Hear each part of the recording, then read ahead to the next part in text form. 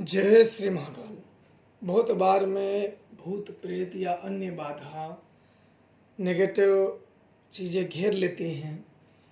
आज उनसे बचने के लिए बहुत ही शक्तिशाली और बहुत ही आसान आप लोगों को प्रयोग बता रहा हूँ, जो कि बहुत लोग आजमाते हैं और करते हैं, क्योंकि काफ़ी मेहनत और बड़े बड़े अनुष्ठान करने से सभी कतराते हैं और इसलिए यह बहुत ज़्यादा प्रचलित है और गुप्त तरीके से करते हैं। आज मैं आप लोगों को यह बता रहा हूँ प्रयोग। आपको जब भी लगे कि आपका कुछ ऐसा चीज़ हो गया है जो नेगेटिव से संबंधित हो, भूत प्रेत या कोई अन्य शक्तियाँ जो आपको लग गई हैं, कभी भी आपको लगता है तो आप एक उपाय करें कि 11 फूल लौंग और 11 इलायची और 11 नींबू इतना ले लेना है और एक देसी शराब की शीशी ले लेना है और सारी सामग्री को अपने सिर से घुमाना है। और यह क्रिया आपको अमावस्या की रात्रि को करनी है। रात को कम से कम समय होना चाहिए, 12 बजे के बाद ही होना चाहिए, 12 और 1 के बीच होनी चाहिए। ये पूरे सामग्री लेना है और अपने सिर से 7 बार घुमाना है। 7 बार घुमाने के बाद आप किसी चौराहे पे यह सारी सामग्री लेके जाएं।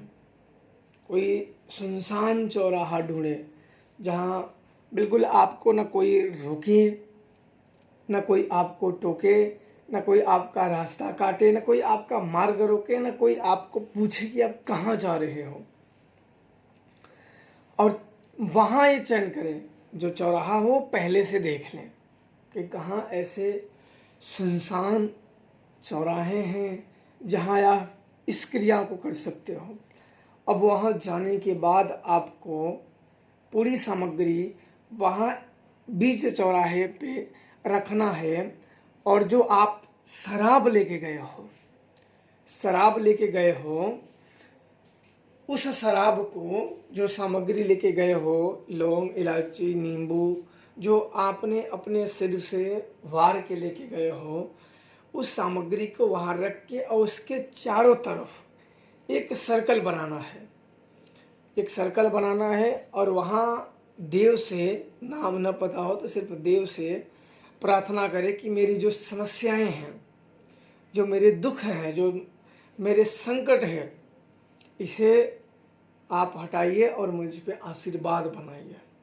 अगर यह प्रयोग सही तरीके से कर लिए और मन में श्रद्धा और निर्छल भाव से करिए हो तो बिल्कुल आप अगले ही दिन इसका प्रभाव देख लोगे। ये प्रभाव तब सफल नहीं होता है जब कपट की भावना से किया जाए। सदैव इस प्रकार से या ईश्वरी शक्तियों से या पारलौकिक शक्तियों से मदद मांगी जाए या पारलौकिक शक्तियों से कुछ कराने की इच्छा हो तो बिल्कुल शुद्ध मन से जाना चाहिए।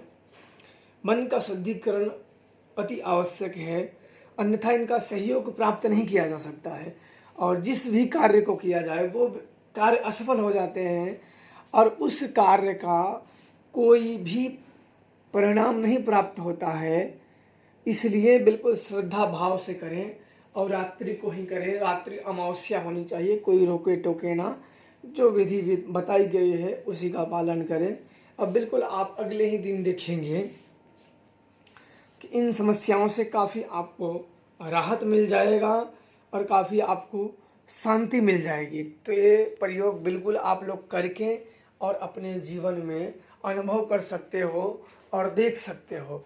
और यह प्रयोग बिल्कुल ही आसान है, कोई भी कर सकता है, पर भय पे विजय प्राप्त करनी है। डर के नहीं जाके करना है कि आपका पैर कांपते रहे और वहाँ जाते रहो। अगर कोई जानवर भी बगल से गुजरा तो आपको भी लग गया कि शक्ति गुजर गई।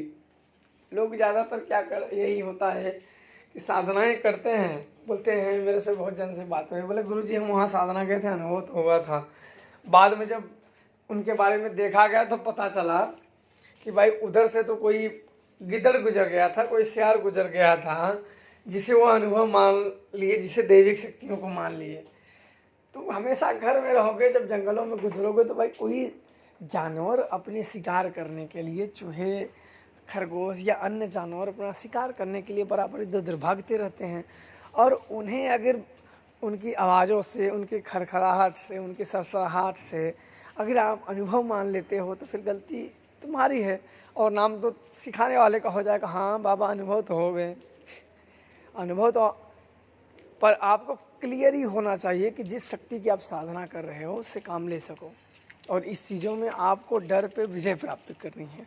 जब तक डर रहेगा तब तक इनसे संपर्क नहीं साध पाओगे। ये पहले आएंगे, डराएंगे, और ये डराएंगे तभी तो भाग लोगे तीर की तरह। जब भाग लोगे तो इनसे संपर्क कैसे साधोगे और इनसे मदद कैसे मांगोगे। इसलिए कोई भी टोटका, कोई भी प्रयोग, कोई भी शक्तिशाली प्रयोग, आसान प्रयोग कोई भी हो, बस वो उस देव को स्वीकार होनी चाहिए। जब वो स्वीकार लेगा तो बिल्कुल आपका काम कर लेगा, जब नहीं स्वीकारा तो नहीं करेगा। स्वीकार होना चाहिए। इसी प्रकार से आप करें, निर्छल मन से उसे समर्पण के भाव से करें, बिल्कुल वो स्वीकार करेगा और आपकी समस्याओं का निवारण कर देगा। जय श्री महाकाल।